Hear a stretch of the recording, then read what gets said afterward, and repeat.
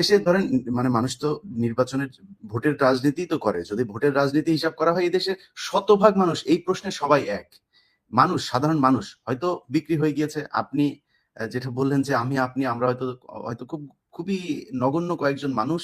আমরা আসলে কোন দলেরও না, কোন সুবিধাভোগীও না, আমাদের কোন মূল্য নাই, আমাদের একটা কথা বললে রাখতেও চায় না। তারপরে আমরাই কিন্তু শেষ পর্যন্ত আমাদের ওই ৫ই আগস্টের আগের যে বিপ্লবের যেই চেতনা সেটাকে ধরে রেখেছিলাম। এমনকি ছাত্রদের ভেতরে অনেকে গা ভাসিয়ে দেওয়ার চেষ্টা করেছে।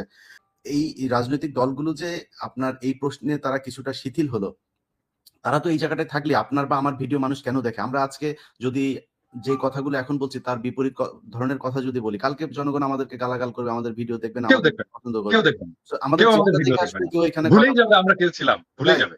রাইট। তো বিএনপি এবং জামায়াতের সমস্যাটা কোথায়? তাদের ভোটের রাজনীতি মানুষের সমর্থনই যদি তাদের দরকার হয়, ওই প্রশ্নে তো বাংলাদেশের জনগণ এক, যে এই দেশে শেখ হাসিনার অস্তিত্ব থাকবে না। শেখ পরিবারের কোনো অস্তিত্ব এই দেশে থাকবে না। ভারতের কোনো আগ্রাসন এই দেশের মানুষ মেনে নেবে না। সো এই ২ টা প্রশ্নে এক হওয়াটা আমার মনে হয় এক হলে আমাদের সাথেও যেই দ্বন্দ্বগুলো এখন আমার তো আরো দুইটা পয়েন্ট আছে। আমি জানি না, তোমার সাথে তো আমি এটা শেয়ার করছি। বাংলাদেশে একটা সাম্যের সমাজ চাই, বাংলাদেশে একটা ইনসাফের রাষ্ট্র চাই। আমার 4টা সিম্পল জিনিস। আই বিলিভ যে এটা তোমারও চাওয়া। না, না, এটা সবারই চাওয়া। এরকম অনেক কিছু আছে যেগুলো কমন চাওয়া সবারই। আপনি এটার মতো এরকম হাজারো বলতে পারবেন। কিন্তু আমার কথা হলো যে এই কমন যে চাওয়াগুলো, এই চাওয়াগুলো নিয়েও কেন ৫ তারিখের পরে আমাকে বা আপনাকে বা আমাদেরকে যুদ্ধ করতে হচ্ছে? আমার মনে হয় বিএনপি আপনি যেটা বললেন আজকে যদি এই বক্তব্য দিয়ে থাকে অবশ্যই তাদেরকে সাধুবাদ জানাই এবং আমার বিশ্বাস যে জামায়াত ইসলামীও এই একই ধরনের বক্তব্যে অনড় থাকবে শেষ পর্যন্ত।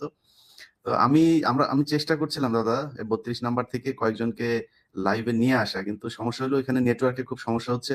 টেলিভিশন গুলোও দেখলাম যে লাইভ করতে পারছে না, ওইখানে বাফারিং হচ্ছে বারবার। তো জ্যামার ট্যামার বসিয়েছে নাকি আবার কেউ? হইতে পারে, হইতেই পারে।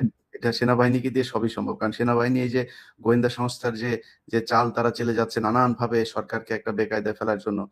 তো আরেকটা জিনিস দেখো, মানে যখন ওয়াকারের দূরভিসন দিনে আমরা বলা শুরু করলাম, সেই সময় সবাই এসে আমাদের উপরে চাপ দিল না? এমন ভাব যে ওয়াকার বিপ্লবের নেতা, নতুন জাতির পিতা, মনে আছে?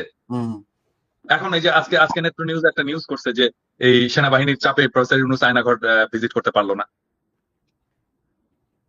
এই তখন যদি আমাদের পিছনে না লেগে সবাই মিলে আওয়াজটা তুলতাম, তাহলে তো আজকে এই অবস্থাটা হয় না। না সেটাই। আমরা তো চেয়েছিলাম সবাই এক হয়েই থাকতে।